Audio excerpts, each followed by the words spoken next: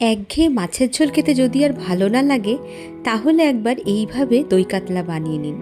কথা দিচ্ছি প্রশংসা পাবেন। আজকে রান্নায় হলুদ পড়বে না। এখানে 3 পিস কাতলা মাছের পেটি নিয়েছি। মাছটা ভালো করে ধুয়ে পরিষ্কার করে নিয়েছি। এবার সামান্য পরিমাণ লবণ দিয়ে মাছটা ম্যারিনেট করব। 1 টিস্পুন লবণ দিয়ে দিচ্ছি। এবার মাছের গায়ে লবণটা খুব ভালোভাবে মাখিয়ে নিচ্ছি। এবার একটা মশলা বানিয়ে নেব। তার জন্য নিয়েছি একটা মিডিয়াম সাইজের পেঁয়াজ ছোট করে কেটে নিয়েছি, 2টো কাঁচা লঙ্কা, 6-7 কোয়া রসুন আর 1 ইঞ্চি পরিমাণ আদা। এই হচ্ছে পেস্ট। এবার কড়াইতে ভালো করে সাদা তেল গরম করে নিয়েছি। এবার একটা একটা করে মাছ দিয়ে দিচ্ছি আর হালকা করে ভেজে নেব। খুব বেশি লাল করে ভাজার কিন্তু কোনো দরকার নেই। এক পিঠ ভাজা হয়ে গেলে উল্টে অপর পিঠটাও ভেজে নিচ্ছি।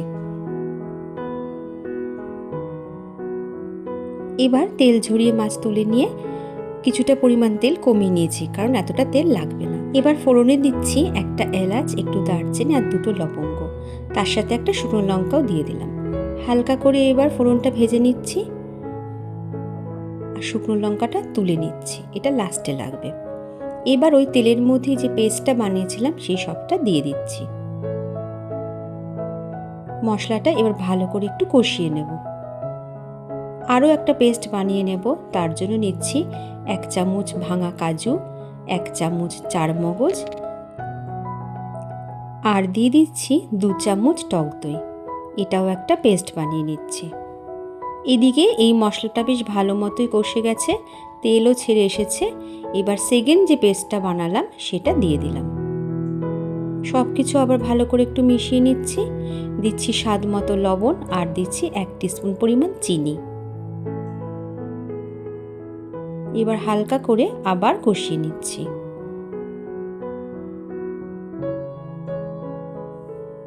মশলাটা কষা প্রায় হয়ে গেছে।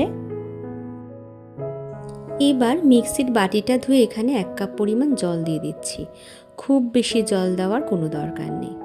সব কিছু আবার একটু ভালো করে মিশিয়ে দিচ্ছি আর ঝোলটা ফুটে ওঠা পর্যন্ত অপেক্ষা করব।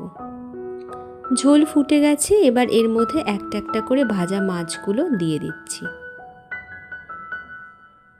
সব কিছু আবার একটু হালকা হাতে মিশিয়ে নিচ্ছি।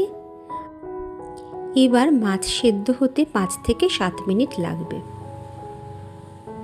প্রায় 7 মিনিট হয়ে গেছে, ঢাকনা তুলে নিলাম। গ্রেভি কিন্তু অনেকটাই কমে এসেছে আর ওপরে কিন্তু তেলও ভেসে গেছে। শুকনো লঙ্কাটা বলেছিলাম লাস্টে দেব, ওটা দিয়ে দিলাম সাজানোর জন্য। আবারও ভালো করে একটু নাড়াচাড়া করে নিচ্ছি। এবার ওপর থেকে দিয়ে দিচ্ছি 1 টিস্পুন পরিমাণ ঘি আর দিচ্ছি 1/2 টিস্পুন পরিমাণ গরম মশলার গুঁড়ো। সব কিছু আবারও ভালো করে মিশিয়ে নিচ্ছি। তৈরি হয়ে গেল আমার আজকের রেসিপি দই কাতলা। এবার গরম গরম সার্ভ